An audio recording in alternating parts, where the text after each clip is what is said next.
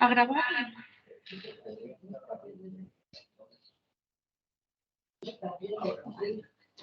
Bueno, buenas tardes. No sé si el micro igual si se apaga ahí. Oh. Buenas tardes, queridos compañeros. Inauguramos la tercera y última de las 3 sesiones de este año del seminario permanente del Instituto Universitario Seminario Menéndez Pidal, impartido por los profesores honoríficos, que recuerdo para quienes no hayan podido acompañarnos en los encuentros previos, es la segunda edición de nuestro encuentro anual dedicado al intercambio de saberes entre las voces ya consagradas y aquellos que inician su andadura académica en el mundo de la filología. Gracias una vez más, maestros, por compartir con generosidad vuestro conocimiento y vuestra manera rigurosa y cuidada de trabajar. La sesión a la que damos comienzo enlaza con la celebrada la semana pasada en torno a los estudios lingüísticos, a cargo de los profesores Rafael Cano y Maite Echenique, que a su vez daba continuidad a la primera de este año, que trató sobre la literatura del siglo de oro y en la que contamos con los profesores Jesús Antonio Cid y Consolación Baranda. El tema que hoy nos reúne es el que, y con el que ponemos el colofón a esta trilogía de encuentros de 2022, es el de los estudios de romancero. Para desplegar todos los matices sobre que tiene este asunto, contamos con la participación de 3 ilustres mentores para nosotros, que son los profesores Pedro Ferré, Flor Salazar y Ana Valenciano, que nos ofrecerán hoy sus pensamientos y sus más recientes investigaciones en torno al tema. Es un honor para todos nosotros aprender tan de cerca de vuestras palabras. Y sin más preámbulo, damos comienzo a las conferencias y antes me gustaría avisarles de que, si les parece bien, tendremos el turno de preguntas al final de las 3 conferencias, para así no interrumpir. En primer lugar, pues tenemos la suerte de contactarnos con el profesor Pedro Ferré de la Universidad del Algarve, que va a hablarnos sobre el romancero panhispánico en Portugal y en Brasil, historia y comparatismo. Pero antes de cederle la palabra, me gustaría en unos minutos ofrecerles algunas notas sobre su trayectoria. Pedro Ferré es licenciado en Letras por la Facultad de Letras de la Universidad de Lisboa en el 78. Fue doctor en Literaturas Románicas en la Facultad de Ciencias Sociales y Humanas de la Universidad de Nova de Lisboa, en el 87. Y desde el 2000 es profesor catedrático en la Universidad del Algarve. Es miembro del Instituto Universitario Seminario Menéndez Pidal. En cuanto a su labor docente, ha impartido docencia en numerosas universidades nacionales y extranjeras, en la Universidad de Lisboa, en la Nova Lisboa, en Utrecht, en Colonia, en París, entre otras.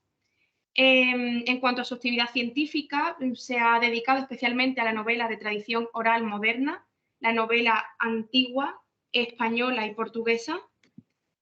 Y entre sus últimas publicaciones destacan Gil Vicente y la cultura popular, en un volumen de 2018, coordinado por José Augusto Bernardes y José Camões. Su contribución para el volumen de la literatura universal comparada, Perspectivas en portugués, y la miscelánea de estudios sobre el romancero, en homenaje a Giuseppe Di Stefano, en colaboración con Pedro Piñero y Ana Valenciano.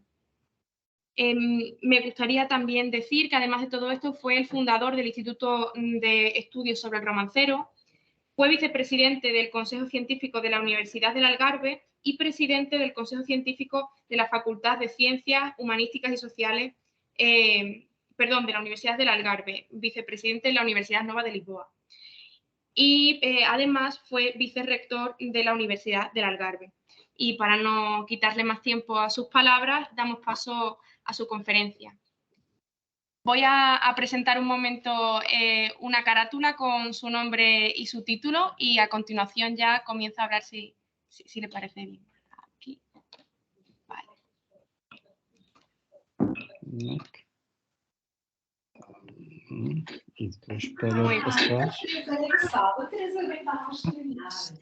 Tienes la palabra, Pedro. Muchas gracias. No sé si me oís bien. Espero que sí. Espero que me oigáis sin eco ni tampoco cortes.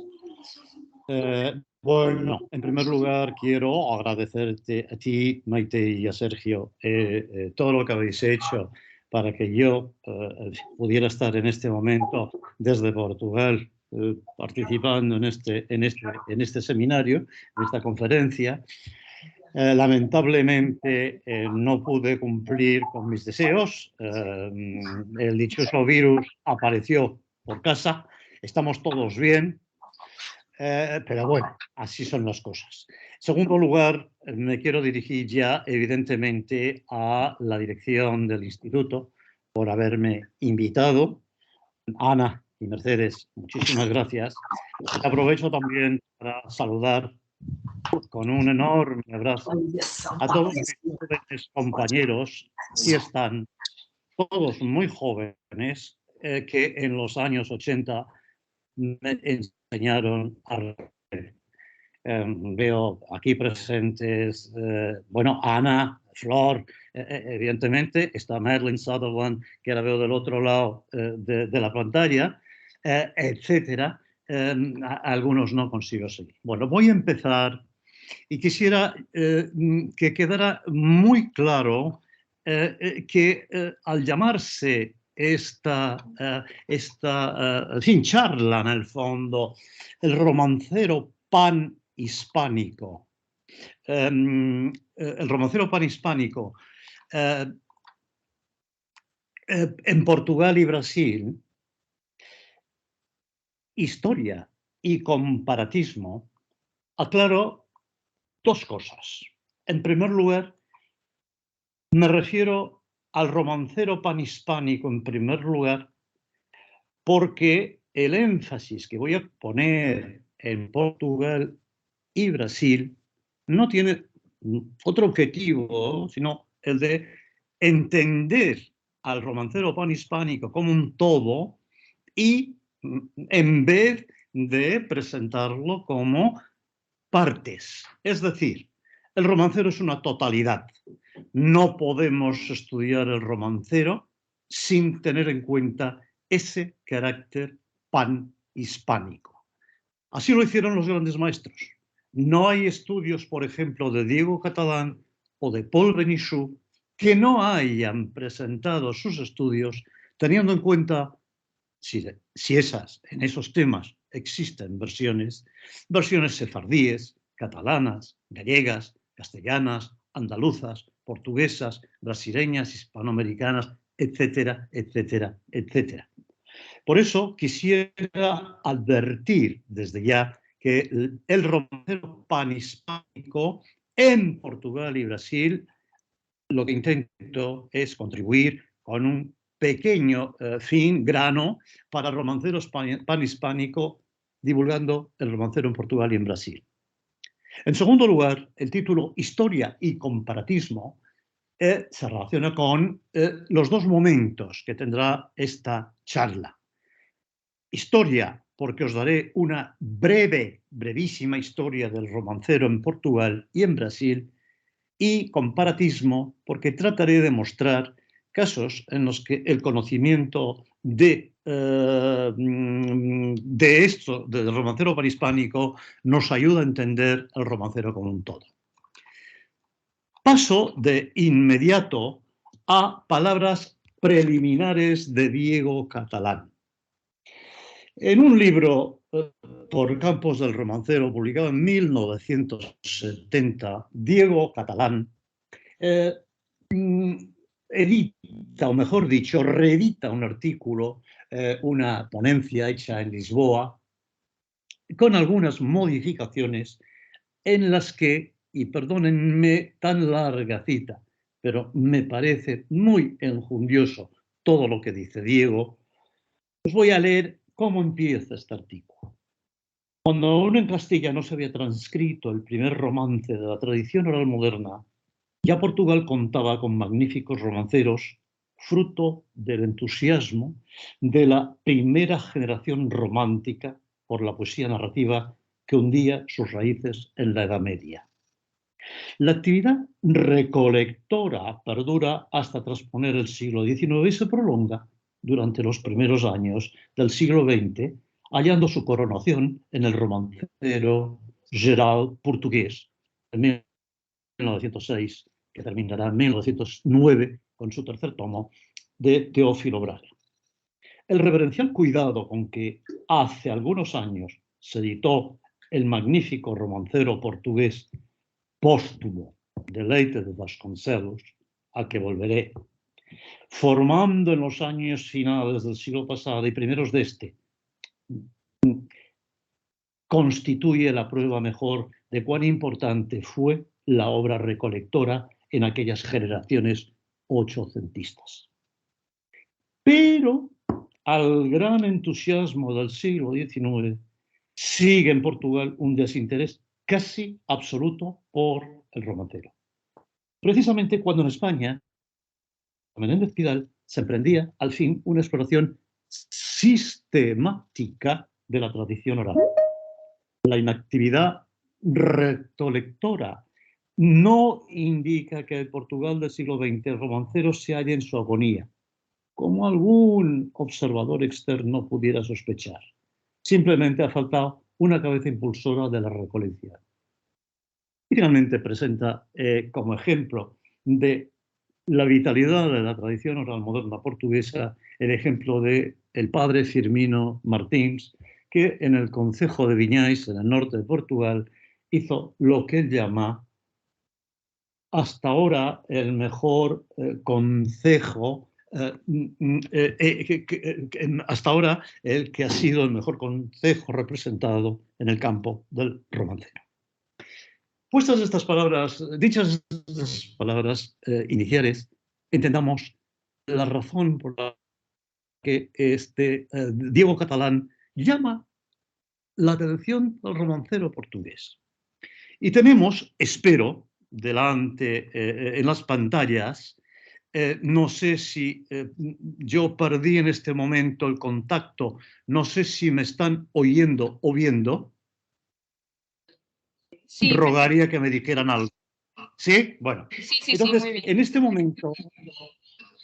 este momento en la pantalla espero que aparezcan dos folios, uno a la izquierda, uno que dice Cancioneiro de Romances Chácaras Solaus, que termina começado 1824, y al otro lado, a la derecha, un índice que no es más que un pequeño índice, el primer folio del índice de este cancionero de romances, chácaras y solaos. Es decir, han llamado la atención para la recolección tan adelantada en Portugal, tan bien hecha en Portugal en el siglo XIX, o el interés, si prefiere, de Portugal por su romancero, de tal forma que, y esto no es más que una anécdota, tenemos aquí la primera documentación del romancero de la tradición oral, aquí precisamente en este manuscrito que se encuentra depositado en la Facultad de Letras de la Universidad de Coimbra, y este manuscrito pertenece a João Batista de Almeida Garrett. Bueno, curiosidad, dije solamente, esto es una anécdota. Cuando Bartolomé José Gallardo recoge el Gerineldo y el Conde Sol en la cárcel de señores en Sevilla en 1825, verán ustedes cómo, bueno, ya en el año 24 había empezado Garrett a recoger. Ahora bien, hay que explicar este trabajo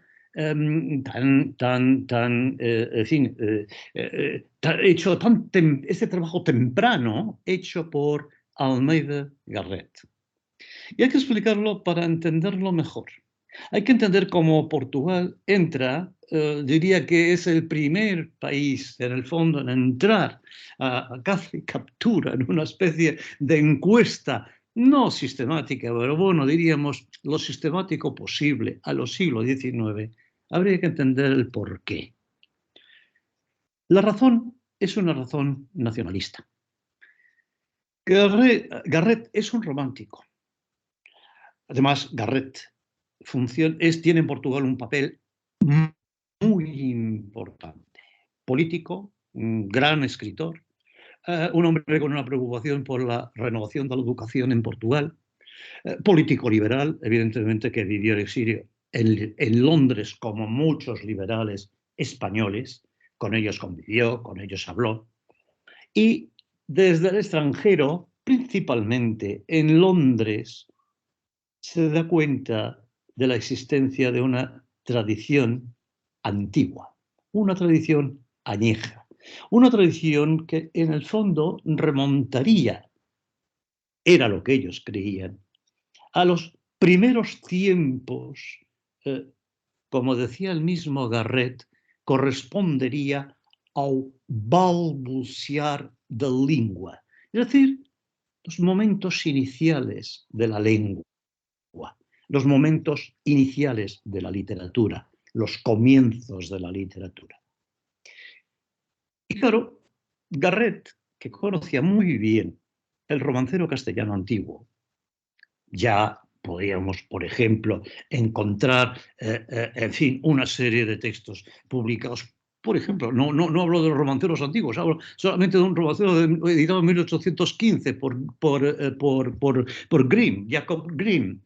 Garrett, conocedor de esos romances en castellano, trata de encontrar lo equivalente en Portugal y se percata de que ese inexistente romancero en lengua portuguesa, en textos antiguos, existe en la tradición moderna, existe en la memoria colectiva. Evidentemente, Garrett no va a perder la oportunidad de buscar en esa memoria colectiva, precisamente ahí, todos los textos que no habían sido editados durante los siglos XV, XVI. Él creía que eran anteriores, muchos de ellos. En aquel entonces así se pensaba. Garrett lo que hace es, entonces, recuperar esos textos perdidos de la tradición primitiva portuguesa, genuinamente nacionales, diría que son, en fin, palabras totalmente románticas, genuinamente nacionales, trata de buscar en la memoria colectiva esos textos que solo existían en castellano, pero que no existían en portugués. Y así los presenta como textos portugueses. Llega a comparar los textos de la tradición oral moderna portuguesa con textos castellanos y, haciendo comentarios, dice, bueno, este me parece muchísimo mejor que el texto castellano. Es más, me parece más antiguo. Y, en fin, exponía sus teorías sobre su pretensa antigüedad. Esta es la razón clara, la que Almeida Garrett se precipita, se lanza buscando estos textos, que los recoge, algunos, él mismo los recoge de la voz de sus criadas o en algunos de sus paseos, y muchísimos de ellos los recoge gracias a colegas, compañeros, amigos que le enviaban textos desde varias partes del país. La diapositiva siguiente es un simple ejemplo de este cuaderno manuscrito en el que del lado derecho tenemos con una letra ya muy pulcra, es el mismo cuaderno, empezado en el año 24. Es decir, es probable que en el año 24 ya este texto estuviera anotado, fuera anotado ya en el año 24. Del lado derecho vemos cómo con esta letra perfecta, pulcra, bien hecha, nos presenta un tema, el regreso del marido, una versión, diríamos, facticia, aunque muy próxima, muy cercana a la tradición, pero, en fin, compuesta por versiones de varias zonas del país, varias provincias. A su vez, al lado izquierdo de la pantalla está, como verán, una cosa que dice variantes. Y están variantes del Monsieur Pichon, que era en aquel entonces el cónsul de Francia en Lisboa, o variantes, por ejemplo, de Ponte de Lima. Si os fijáis, al final de la hoja del folio, del lado izquierdo, en la columna izquierda, lo que llamaría la columna A, está un P de Lima, que es Ponte de Lima, ¿no? Etcétera. Son pequeñas variantes que anota de otras versiones por él recogidas. En realidad, la primera vez que se publica en Portugal, de forma impresa, en un impreso, un romance, se hace en 1828. Mejor dicho, se publican dos. El romance de Silvana contaminado con Delgadina y el romance de Bernal Frantés contaminado con La aparición. Os doy solamente un ejemplo de Aduzinda, publicado en 1828 en esa famosa imprenta en casa de Buse Son, y el comienzo del romance de Silvana, que, si os fijáis, está en las notas. ¿Por qué en las notas? Porque el gran objetivo de Garrett, os dije, gran revolucionario político, pero gran revolucionario como intelectual y literato que era, lo que hace o intenta es hacer la revolución de la literatura en Portugal. La hace claramente en el teatro, la hace inequívocamente en la novela y cumple también esa labor en la literatura. Aquí tenemos, en 1828, el primer manifiesto romántico portugués, el prólogo, que es una carta al señor Duarte Lessa, es el manifiesto romántico portugués por antonomasia. Aquí se publica por primera vez. ¿Y qué hace? Decía Almeida Garrett. Publica en este libro un romance totalmente rehecho por él, llamado Aduzinda, que se basa en Silvana. Entonces, Garrett presenta a su lector la nueva literatura, la que él considera lo que había que hacer como literatura moderna, Aduzinda, y a la vez nos da de ejemplo el punto de partida para la llegada a Aduzinda. Es decir, el ejemplo tradicional del que se socorrió para escribir Aduzinda. Bueno, si continuamos viendo folios de este cancionero de romances manuscrito empezado el año 24, cuando llegamos a la muerte del príncipe Don Juan, lamentablemente veremos solamente ahí los versos, o el verso, mejor dicho, La des Bandes de Castela. Es una anotación para no olvidarse, para completar, para agregar los versos que faltan. Lamentablemente no los agregó nunca. Ni versos de la muerte del príncipe Don Juan volvieron a aparecer en unos manuscritos hallados en el año 2004-2005 y que fueron estudiados por Sandra Motu. Pero sí, en el año 51, en el tercer tomo de su romancero, ahí sí aparecerá una versión facticia, pero bastante tradicional, de la muerte del príncipe Don Juan. Es decir, aquí tenemos en este texto, tan antiguo, el año 1851, la primera versión de la muerte del príncipe Don Juan, insisto, con muchísimos versos totalmente tradicionales. Yo casi diría, me atrevo a decir, que hay un porcentaje enorme de versos tradicionales.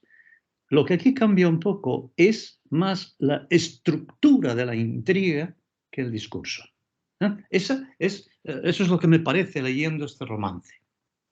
Pero si alguien conoce ese romance, se va a dar cuenta, y ahora salto a otro importante romancero, aunque con características muy distintas, hablaré con un poco más de detalle ya. Decía, el que conoce el romance en Portugal se sorprende muchísimo con la historia que cuenta. Todos sabemos que el príncipe Don Juan se casó con doña Margarita, murió, en fin, a los 7 meses, creo, más o menos 7 meses de casado. Y, evidentemente, doña Margarita era su legítima mujer. Portugal le da una vuelta y Portugal lo transforma, o mejor dicho, transforma a la legítima infanta en su amante. El texto que ahora os presento se retira del que sería el segundo romancero portugués, cronológicamente.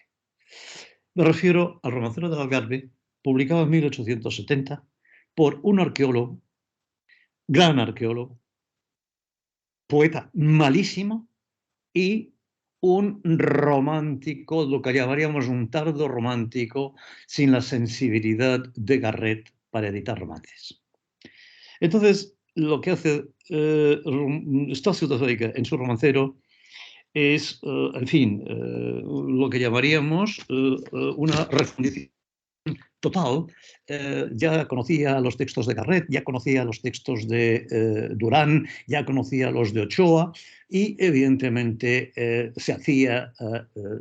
presentaba unos textos muy retocados de la tradición del Algarve. Felizmente, en el Museo de Arqueología de Lisboa, fundado por Leite de Vasconcelos, al que se refirió en Diego Catalán en las palabras que antes leí y al que volveremos, Leite de Vasconcelos tenía entre sus papeles en el Museo de Arqueología, tenía entre sus papeles muchas versiones que corresponden a manuscritos, trabajos de encuesta, o si no, directamente trabajos de encuesta, textos poco retocados.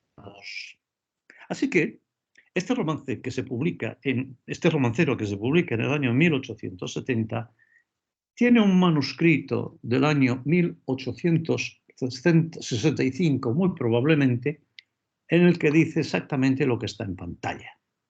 Este sería, con algún muy pequeño retoque, el primer texto tradicional de La muerte del príncipe Don Juan.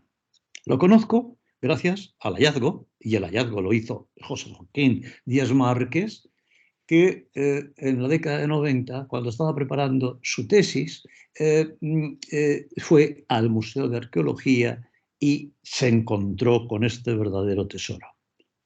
Ya han pasado muchos años y espero que José Joaquín edite estos textos que considero fundamentales para el conocimiento del romancero panhispánico. Pero no suspendo aquí la cuestión de la muerte del príncipe Don Juan. Me refería instantes antes, me refería a que en Portugal el príncipe Don Juan no tiene una mujer legítima, sino un amante. Pues bien, Paul Benichou, en un sugerente estudio, creo que uno de sus más sugerentes estudios, dedicado precisamente a la muerte del príncipe Don Juan, trata de explicarnos tan radical cambio. Y una vez más, aquí llamo la atención para la importancia de lo panhispánico. Como para entender subtradiciones es fundamental conocer la tradición, sí, lo más posible, la tradición panhispánica. Nos recuerda Paul Benichou que en Marruecos, en el momento en que se aproxima la futura viuda para verle al príncipe, para visitarle en sus últimos momentos, alguien dice, en una versión de Marruecos, apartad condes y duques, pasará esta desdichada, que bien se puede llamar antes viuda que casada.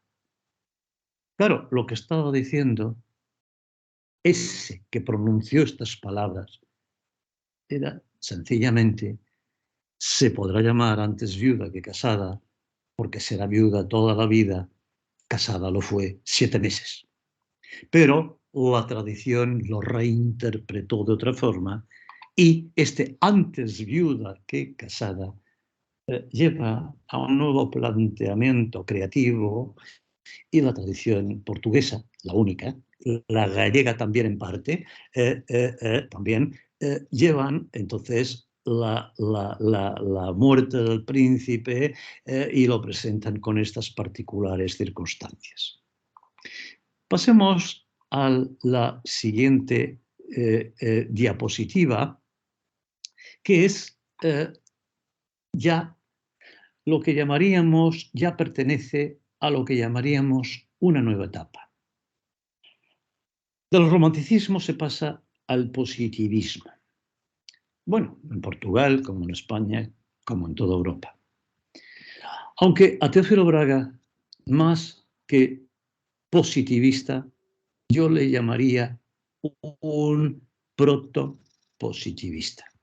Es decir, alguien que se agarra a principios positivistas, pero que no se percata de que las cosas, el trabajo filológico, que no formaba parte ni de su formación ni de sus aficiones, el trabajo filológico le faltaba, por lo que muchas veces afirmaba cosas muy temerosas y muy lejanas a lo que un buen espíritu positivista hubiera dejado plasmado en sus páginas.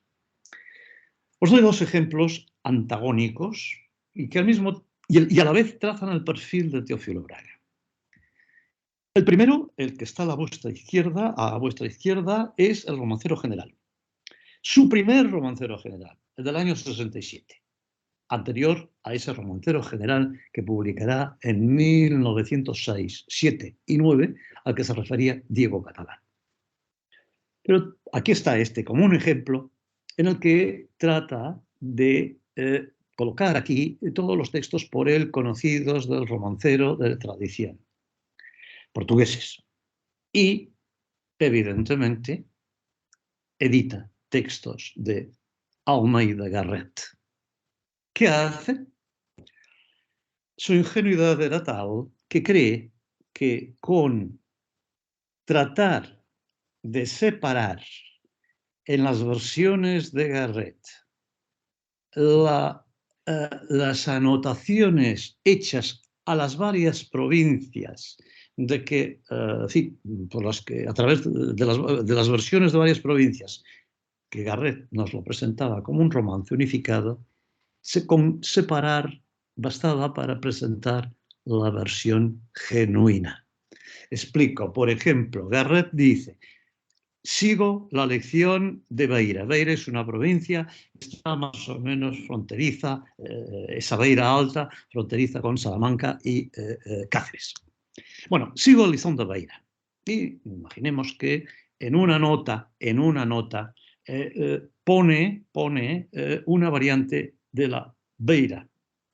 Bueno, no tendría mucho sentido si sigue la versión de Beira, ¿por qué pone esa nota? Lo hace porque, claro, siente que pese a que sigue en lo fundamental la versión de Beira, ahí mejor hubiera sido, y así lo hace, poner una variante de otra región, Trás-os-Montes, o del Tajo, o sea, zona de Santarém, Vilafranca, o, en fin, otra parte del país. ¿Qué hace Teófilo Braga? Bueno, si es de Beira, todo lo que diga Beira lo mete en una versión ingenuamente cree que nos está ofreciendo una versión tradicional. Su ingenuidad llega a tal punto que en el prólogo llega a decir que aquí en este libro se editan, al contrario de lo que hacía Garrett, textos recogidos en flagrante delito de entusiasmo popular. Estoy traduciendo palabras de Garrett. O sea, son recogidas de viva voz. Bueno, sabemos perfectamente que no son recogidas de viva voz, el texto depende siempre de sus fuentes. Al lado, presento un ejemplo opuesto. Sí, una característica. Teófilo Braga, y eso conducirá después a una gran polémica con Silvio Romero en Brasil, ya llegaremos, rápidamente. Teófilo Braga lo que hace es adueñarse de las obras que publica. Hay un gran historiador en la isla tercera de las Azores, perdón, en la isla de San Jorge, perdón, en la isla de San Jorge, de las Azores, João Teixeira Soares de Sousa, que recogió en su isla una preciosa, diría, magnífica colección de romances ya en los años 50. Y con la muerte de Garrett, en vez de enviárselos a Garrett, se los envía a Teófilo Braga. Teófilo Braga los edita y por la correspondencia enviada a Teófilo Braga por João Teixeira Soares, conocemos perfectamente el esfuerzo que ponía João Teixeira Soares en que Teófilo Braga no retocara sus versos. Es decir, quizás la mejor colección de la tradición oral moderna editada hasta los buenos editores como Leite de Vasconcelos, entre otros, quizás la mejor edición de textos genuinamente tradicionales sea precisamente esta, los cantos populares del archipiélago asturiano, porque su colector tenía una, yo diría, moderna, muy moderna visión de lo que era editar y editar bien. Cronológicamente también sigo retrocediendo, es decir, si por un lado esta obra se edita en el año 80, por otro lado es un retroceso. Álvaro Rodríguez de Azevedo, otro historiador, un buen historiador, pero aquí se hace pasar por poeta. Y estas versiones son versiones profundamente refundidas. Las encuestas de Purcell y las mías, ella en los años 70 y yo en los años 80, nos muestran claramente la falsedad de las versiones publicadas por Álvaro Rodríguez de Azevedo. Y antes de ir terminando con la historia, muy abreviada, del romancero en Portugal, quisiera llamar la atención entonces, vuestra atención, para dos libros mencionados por Diego Catalán. Empiezo por el de la derecha, el romancero portugués Leite Vasconcelos, editado póstumamente, ya había muerto Leite en el año 41, editado en el año 58, el primer tomo y el segundo tomo en el año 60. Este romancero corresponde a los textos recogidos por Leite, no tantos, y a una enorme colección que él tenía en su poder de una serie de corresponsales que iban enviando romances de todas partes del país. Es el gran romancero, es el romancero por antonomasia, diríamos, hasta el momento en que empezamos a recoger con grabadoras. Un romancero, es decir, Menéndez Pidal conocía la existencia de materiales en poder de Leite de Vasconcelos y al cartearse le iba pidiendo romances. Leite de Vasconcelos, que era muy celoso y muy preocupado y muy tacaño a veces, le iba diciendo, no tengo más romances que los que ya publiqué. Lo que en parte era verdad, es decir, sus romances estaban publicados. En el año 86 ya los había publicado prácticamente todos. Pero, lo que él no le pasaba a Menéndez Pidal eran precisamente esos textos que sus corresponsales le iban enviando. Y esta edición tiene, en fin, la particularidad de que Lindley Sintra fue a estudiar a Madrid con Menéndez Pidal, era, como todos sabéis, muy amigo de Diego Catalán, y hubo un enorme empeño por parte de Lindley Sintra que este romancero se editara lo antes posible.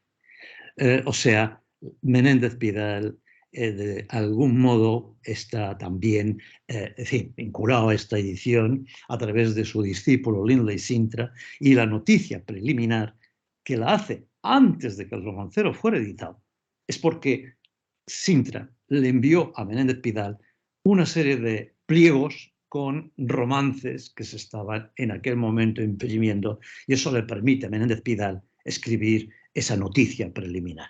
El folclore de Concello de Diñais es precisamente ese famoso libro, el libro dedicado a un concejo con un número enorme de romances, diría, una magnífica recolección que ya Diego Catalán dijo, la mejor recolección hecha en un concejo. Hablar de lo que sigue es complejo y fácil. Fácil porque empieza a partir de los años 70, diría finales de los años 60, la llamada encuesta sistemática. Joan Purcell, una norteamericana, empieza la obra. Viene a Portugal primero, a Portugal continental, pero a finales de los años 60, en los años 69 y 70, se dedica a recoger en las Azores y en Madeira. Y ahí hace una labor única. Lamentablemente, todavía no tenemos la colección totalmente editada. Ya están editados bastantes textos, pero no tenemos la colección totalmente editada. Es, diría yo, la primera editora sistemática de una tradición, en este caso la tradición isleña portuguesa. Después hay que rendirle pleitesía a Manuel da Costa Fontes, que entre los emigrantes portugueses residentes en Estados Unidos recoge en Nueva Inglaterra y en California y nos presenta dos excelentes tomos con romances de la emigración. Además, tiene un romancero recogido en la isla de San Jorge y en el que se repiten muchos textos. Se nota que los cantos populares del archipiélago azuriano calaron en la tradición porque muchos textos son rememorizaciones de esos romances. Yo podría dar un testimonio particular. Sí, yo vi ese romancero circular entre informantes en la isla de San Jorge y socorrerse de esos temas para recitar romances. Y además, decía, de su romancero de San Jorge, publica un extraordinario, magnífico romancero de la provincia de Trás-os-Montes, dedicado exclusivamente a la provincia de Braganza.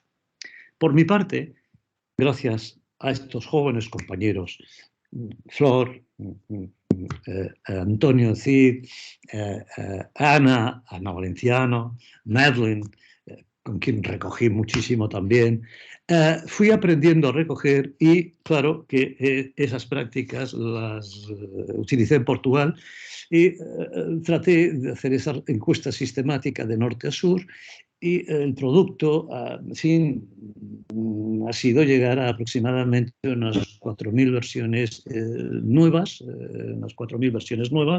algunas ya publicadas, otras que siguen inéditas y otras que están publicadas en este momento de forma digital y terminaré llamando la atención para una plataforma en donde podréis leer parte de lo que estoy diciendo.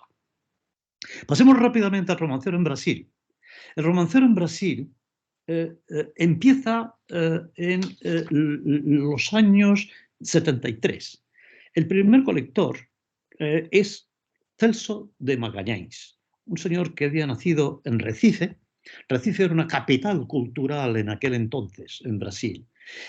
Había nacido en Recife y publica en un periódico intitulado O Trabalho, que si lo ves con atención ahí está arriba, O Trabalho, publica una serie de artículos intitulados A Poesia Popular Brasileira. Esa poesía popular brasileira va haciendo en cada artículo un pequeño estudio y en algunos casos nos da muestras de fragmentos de romances recogidos en Brasil, los primeros, en otros casos versiones completas, en otras hace la mención de haberlo oído, en otras se percata de que la versión que están cantando en Brasil tiene influencia de Garrett, lo que significa que el romancero de Garrett marcó la tradición en Brasil, la influenció.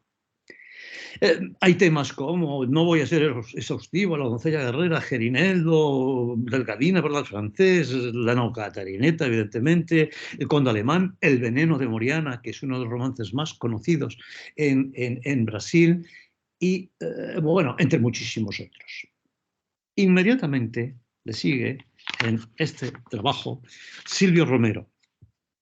que nació en Sergipe, también en el nordeste brasileño, en el año 51 y muere en el año 1914.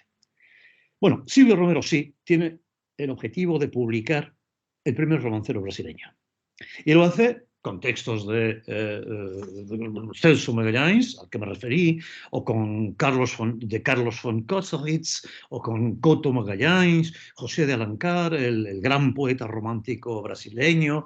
Es decir, se basa en una serie de pequeñas colecciones y publica estos cantos populares de Brasil, que está al lado derecho, esta imagen de esta diapositiva, que ven ustedes coligidos por el doctor Silvio Romero con notas comparativas de Teófilo Braga.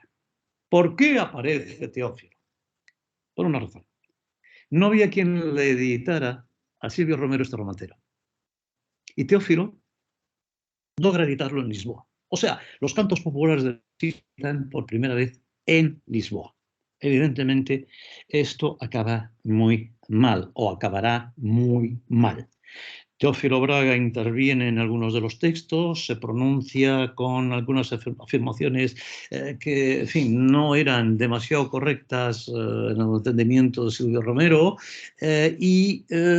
bueno, Silvio Romero renegará totalmente este tomo y trata de publicar un tomo sin la mano de Teófilo Braga. Esta cuestión la llevarán sus discípulos, es decir, los discípulos de Silvio Romero y de Teófilo Braga continuarán discutiendo sobre la intervención de Teófilo Braga en los cantos populares de Brasil. Evidentemente también había algunos resquemores nacionalistas.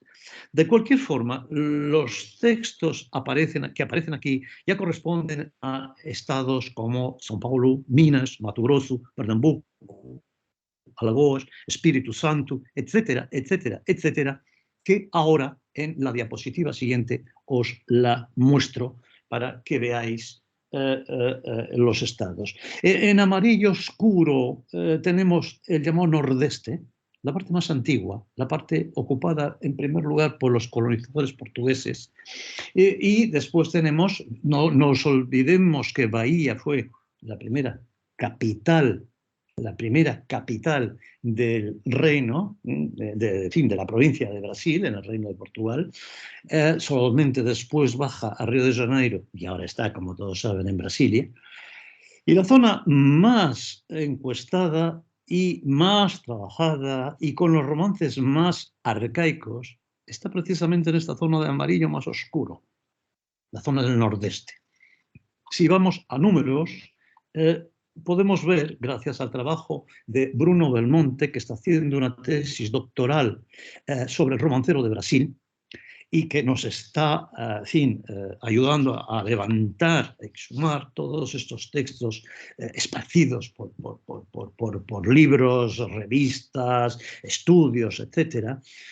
Tenemos una serie de números que corresponden al año 2020, no al año 2022, en que ya han progresado, pero que todavía están en trabajo. Él y Sandra Boto se están ocupando de esta tarea. Pero si os fijáis, el estado de Sergipe nos ofrece 166 versiones. De Bahía hay 163. Del Maranhão también, estado del nordeste, vuelvo un poco atrás, o sea, Sergipe está aquí, aquí tenemos Maranhão, bueno, pasando adelante, Pernambuco, etcétera. Es decir, todos los estados del nordeste se encuentran aquí representados y hay una pequeña excepción que es Espíritu Santo. El estado de Santa Catarina tiene una particularidad curiosa, que es la siguiente. Santa Catarina tiene una colonización moderna, azoreña, y en este momento recoger romances en Santa Catarina es prácticamente recoger romances de las islas de los Azores, de las Azores. Sea Santa Catarina, porque hay una emigración moderna del siglo XIX, comienzo del siglo XX, que se va a Santa Catarina y ahí, bueno, se refleja la tradición de estos emigrantes. Precisamente porque hablo de la inmigración y precisamente porque entro, y rápidamente entraré en el tema del comparatismo, es muy curioso verificar cómo la tradición brasileña, la enorme mayoría de las versiones conocidas que pertenecen, ¿no?, a la zona del Nordeste, siguen determinados modelos portugueses de romances. Y aquí tenemos un romance bien conocido, que es el romance de la casada en lejas tierras, el romance de la mujer que casa y se va de su tierra y que lógicamente su suegra no la atiende, y que tiene dos modelos muy claros. Este tema fue estudiado por Teresa Araújo en su tesis de maestría y gracias a sus conclusiones aquí presento un muy breve resumen del trabajo notable que hizo en aquel entonces Teresa Araújo. El romance tiene una característica que es empezar por conversiones portuguesas, en primer lugar, de Figueiredo que está Rodrigo, es decir, está en la frontera, junto al Duero, en la frontera con León, la provincia, no, con la región, comunidad de León. Já os galos cantam, oh meu amor vai-te. Esto lo dice la niña que va a París. Él le contesta, ¿dónde iré triste dejarte? Bueno, ella dice, en primer lugar, llámame una suegra. Y lo que hace es, el marido va corriendo y se acerca a su madre y le pide que se levante del dulce dormir, que la rosa blanca está para asistir. Y sistemáticamente no le dice la madre que asista, que tenga un varón y que le reviente por el corazón. Bueno, no sigo. Tenemos un pedido, se acerca el marido a su madre, después irá a su hermana, finalmente a su suegra, y ahí sí tendrá una respuesta positiva, pero demasiado tardía. Pero, ¿qué pasa aquí? Él entra y se acerca a su madre y le dice, levántese, mi mujer está pariendo. Y hay una contestación inmediata, si pare, que tengo un varón y que reviente por el corazón. Sin embargo, en la tradición del sur, principalmente del Bajo Alentejo, o sea, provincia de Badajoz, Huelva, frontera, ¿no?, con provincia de Badajoz, Huelva y Algarve, el modo se construye este romance de una forma ligeramente distinta. Él se presenta, y paso al verso 3, Dios os salve madre en vuestro dorado. Ella le conteste, vinde embora filho no vosso cavalo. Bajad del caballo que estarás cansado, 2 copas de vino y ración para el caballo. No vengo para mimos ni para regalos, que la flor del día me quedó de parto. Es decir, hay siempre una conversación entre el interlocutor, el marido, y su madre, su hermana y su suegra. Y siempre le contestan de la misma manera, bájate del caballo, descansa, te daremos a ti vino y ración para el caballo. Si nos fijamos en la tradición de Brasil, verificaremos que el diálogo entre el marido y la madre, Deus vos salve mãe no vosso estrado, Deus vos salve filho no vosso cavalo, a peia para baixo, jantar um bocado. Não quero jantar, que já vinha chamado, que a flor do dia lá ficou de parto. Bueno, o sea, la tradición brasileña de Recife, por ejemplo, sigue el modelo del sur. Curioso, interesante, y reafirma la idea que teníamos de que eran precisamente gentes del sur los primeros colonizadores de esa zona de Brasil. Por fin, cara ya al romancero panhispánico, de una forma muy sencilla, hice este pequeño cuadro que corresponde al romance de las almenas de toro, y aquí invoco la necesidad del romancero panhispánico en su conjunto para poder entender mejor la variación. En la columna A tenemos la versión de un pliego, el pliego de Escorial, un pliego suelto del siglo XVI. B, tenemos una versión de que me he perdido mis apuntes. Sí. En B tenemos una versión de Lope de Vega, en las Almenas de Toro, los versos que figuran en las Almenas de Toro. En C, una versión de Marruecos, D, una versión judía también, pero de Oriente, y en E, una versión portuguesa de Tras os Montes. Si miramos los versos que se corresponden, sin pretender ser lachmaniano, pero llamo la atención para lo siguiente. El pliego se aparta bastante de la tradición oral moderna. Lope se acerca más a la tradición oral moderna. Y, además, tendremos un ejemplo muy curioso que nos puede quizás mostrar cuál fue la variante más antigua, anterior al pliego, anterior a Lope. Si os fijáis, empieza por en las Almenas de Toro estaba una doncella. Por las Almenas de Toro se pasea una doncella, dice Lope. Por las Almenas de Toro se pasea una doncella, dice Marruecos. Por los palacios del rey se pasea una doncella, dice los judíos de Oriente. Portugal tiene un incipit completamente distinto, por eso aquí no figuran los versos. O que linda rosa branca naquele claro se pasea. Bueno, vamos otra vez a un par primeras conclusiones. Parecería que por las Almenas de Toro fuera la versión o el modelo, el arquetipo de este romance. Pero pasemos ahora a versos en que ya entra Portugal.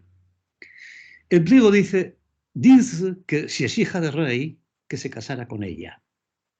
Lope, y si hija de duques, la tomara por manceba. En B, Lope dice, si es hija de duque o conde, yo me casaré con ella. Si es hija de labrador, tendré la manceba.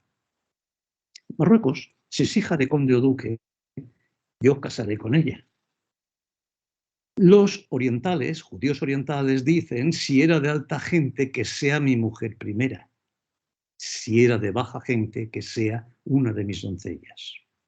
Portugal afirma, se ela é de gente nobre, eu hei de casar com ela. Se ela é de gente baixa, há de ser minha manceba. Si nos fijamos en estas 5 variantes o loci critici que tenemos delante, verificamos que la rama portuguesa no comunica en momento alguno, no puede comunicar en momento alguno con la rama oriental, con la rama D. Por lo que, si buscáramos un arquetipo, lo encontraríamos como forma más arcaica, no la de Lope, mucho menos la del pliego, las encontraríamos en la versión portuguesa y en la versión judío oriental. Aquí están breves notas comparatistas que nos hacen volver otra vez al principio. Estudiar el romancero en Portugal y Brasil es fundamental. Aportar datos y elementos para dar a conocer el romancero portugués y brasileño es fundamental.